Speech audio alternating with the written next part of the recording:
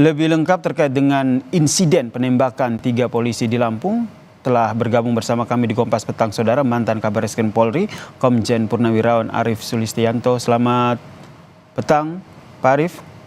Selamat petang, Pak Jasir. Pak Arief, kalau kita lihat ini, jika akhirnya TNI sampai melakukan penembakan terhadap polisi saat penggerebekan ini, menurut Anda sebagai mantan Kabarreskrim ini, apa yang menjadi motifnya? Iya, pertama saya turut berduka cita dulu atas gugurnya 3 anggota Polri di Polda Lampung dalam penegakan hukum pemberantasan sabung ayam di Waikanan. Jadi menjawab pertanyaan tadi, kalau memang ada anggota TNI yang terduga sebagai pelaku penembakan, ya nanti prosesnya dilakukan oleh polisi militer, karena memang itu menjadi kewenangan polisi militer terhadap tindak pidana yang dilakukan oleh anggota TNI. Tetapi dari kejadian ini harus menjadi pelajaran bagi kita semuanya. Pertama, pemberantasan perjudian sabung ayam itu merupakan salah satu jenis perjudian yang rawan ketika melakukan pemberantasan. Kenapa? Karena pasti orangnya banyak, ada penonton, ada petaruh, ada pemilik sabung ayam, pemilik ayam yang disabung, dan ada penyelenggara, dan di situ melibatkan emosi. Sehingga ketika akan melakukan operasi pemberantasan seperti ini, tidak bisa serta-merta langsung berangkat, harus didalami dulu, dilakukan penyelidikan dulu terhadap sasarannya. Sehingga setelah penentuan sasaran, kita tahu siapa yang bermain di situ. Kalau ada anggota TNI, harusnya sudah diketahui.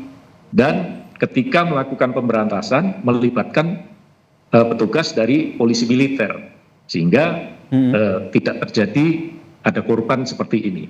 Tapi ini sudah terjadi, ya akhirnya kasihan kepada keluarganya yang kehilangan ayahnya, kehilangan suaminya, orang tuanya, kehilangan bapaknya. Ini yang menjadi duka kita bersama ya. Tapi kalau seperti Anda sebutkan tadi, Pak Arief, dalam melakukan proses penggerbekan harus diketahui lokasinya di mana, pelakunya apa. Nah, Anda melihatnya posisi ataupun posisi dari TNI, oknum TNI yang melakukan penembakan ini, mereka sebagai apa di kasus ini? Ya, kita harus mengupas dulu, menganalisis anatomi perjudian sabung ayam. Jelas yang pertama ada penyelenggara atau penyedia lokasi. Ternyata lokasinya 2 km dari kota dan di kebun karet. Ini memang sengaja dipilih, gitu. Lokasinya terbuka dan ini sangat rawan. Yang kedua, jelas ada bandarnya. Yang ketiga, pemilik ayam sabung, jadi orang yang menyabungkan ayamnya.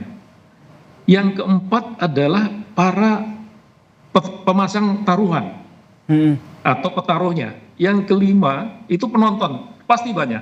Nah, yang keenam ada petugas pengamanan. Petugas pengamanan ini ada 2 aspek yang diamankan.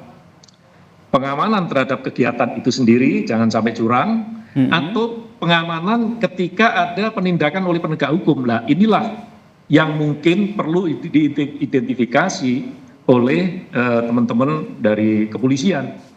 Dan ini dugaan sementaranya menjurus pada anggota TNI yang melakukan penembakan, Arief. Ya, kita belum tahu apa motifnya, ataukah dia menjadi backing atau ikut terlibat di dalam penyelenggaraan itu. Nanti akan terungkap di dalam penyidikan itu, Mas Yasir.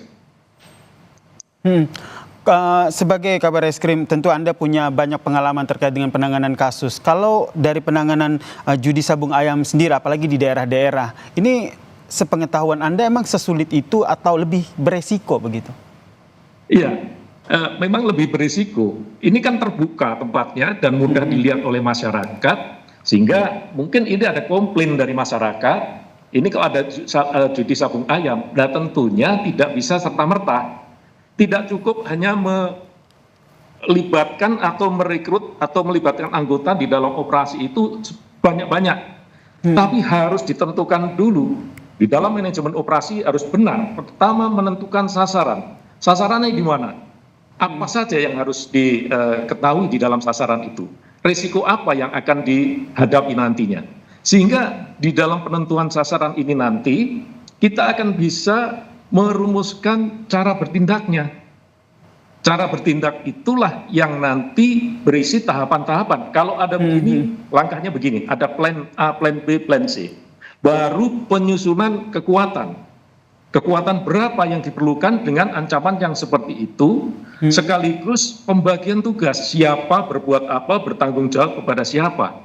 Baru dilaksanakan itu. Jadi tidak serta-merta. Saya pikir ini mungkin sudah dilakukan, tetapi mungkin kurang cermat, sehingga akan terjadi seperti ini. Baik, saya tahu saja. Pak Kapoldanya itu orang baik dan orang pintar, tetapi mungkin ini pada level Polres ya. Baik, kita berharap ini pengusutan 3 polisi yang gugur ditembak oleh anggota TNI berlangsung transparan ya, terbuka ke publik sehingga kita tahu duduk permasalahannya seperti apa. Terima kasih Komjen Purnawirawan Arief Sulistyo, mantan Kabar Eskrim telah bergabung bersama kami di Kompas Petang. Salam sehat, Pak Arief.